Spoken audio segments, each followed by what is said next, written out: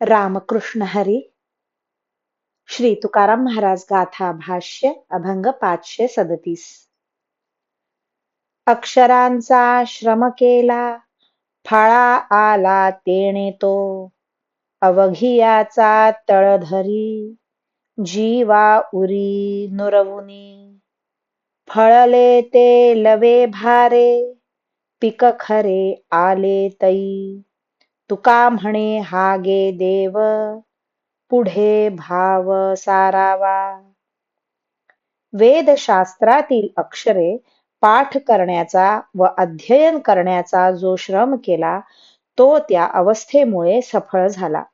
ती अवस्था अशी की जीवदशा उरू न देता सर्वांच्या पुढे जो नम्र होतो, आपल्या ठिकाणी देहाभिमान न ठेवता सर्वाभूती भगवत भाव पाहून जो सर्व भूतमात्रांना नमन करतो, खूप फळे आलेला वृक्ष फळांच्या ओझ्याने जसा खाली वाकत असतो आणि तसा तो वाकला म्हणजेच फळांचे पीक पुष्कळ आले असे समजावयाचे असते, त्याप्रमाणे अभिमान टाकून सर्वांशी नम्र झाला म्हणजेच केलेले शास्त्राध्ययन सफळ झाले असे समजावे.